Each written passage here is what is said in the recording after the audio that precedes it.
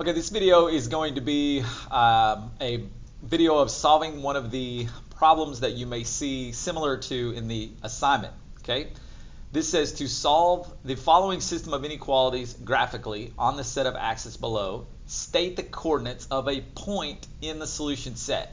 So our first inequality is y greater than or equal to 3/5 x minus 6. Okay. So it is in slope-intercept form where we have an intercept of -6. So we could start that first inequality here at -6, and then it has a slope of 3/5. So we're going to go up 3 units, +3, and then we're going to go over 5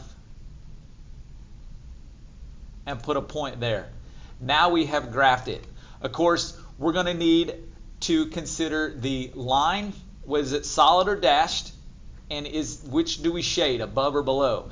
Now this includes the equal sign, so we're going to keep it as a solid line, but we're going to change the shade. Now when you click on it, it shades it above it. If we wanted to change it, we just click it again. But we're going to leave it above because it's greater than or equal to. Now the next line, or the next inequality, y less than or equal to -x plus 2. All right, again, it's in slope-intercept form.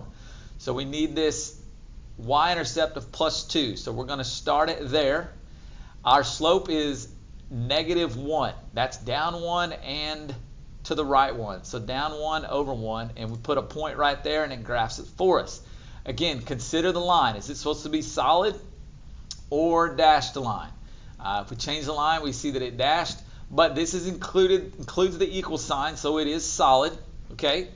But we want to change the shading. Let's just click on it. First of all, it's shaded below, which is true. Less than or equal to shades below.